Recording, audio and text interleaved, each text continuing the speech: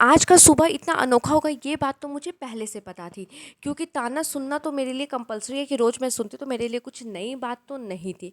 अभी एक ताना सुन ही रही थी कि दूसरा ताना फिर से आता है, रूम साफ़ करके निकलना, तो मैंने सोचा चलो ये भी कर लेते, एक ताना फिर से आए तो।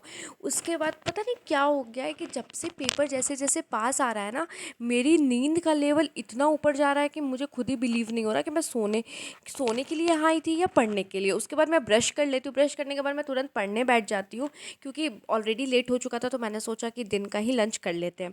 उसके बाद मैं अप्रॉक्स आज इकोनॉमिक्स से स्टार्ट करी थी, और जो इकोनॉमिक्स था वो मैंने सिर्फ इकोनॉमिक्स से स्टार्ट करी थी, और उसको मैंने डिवाइड कर लिया था कुछ शेड्यूल में। तो फर्स्ट शेड्यूल में नॉर्मली मैं इन्फ्लेशन ये सारी चीज़ें पढ़ रही थी। उसके बाद मुझे भूख लग जाती है। आज खाने में बना था डम स्टिक, जो कि मुझे बहुत अच्छा, और आंटी बहुत अच्छा बनाती भी हैं।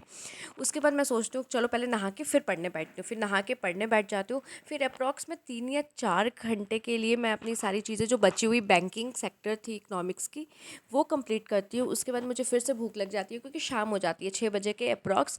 तो उसके बाद मैं सोचती हूँ मैं क्या खाऊँ, मैं गई तो कुछ था ही नहीं, तो फिर मैंने सोचा कि खीरा ही खा लेती हूँ, तो फिर मैंने खीरा खा लिया।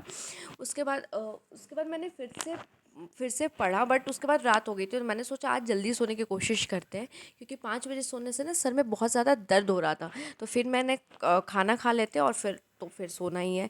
चलो बाय बाय, मिलते हैं नेक्स्ट व्लॉग में।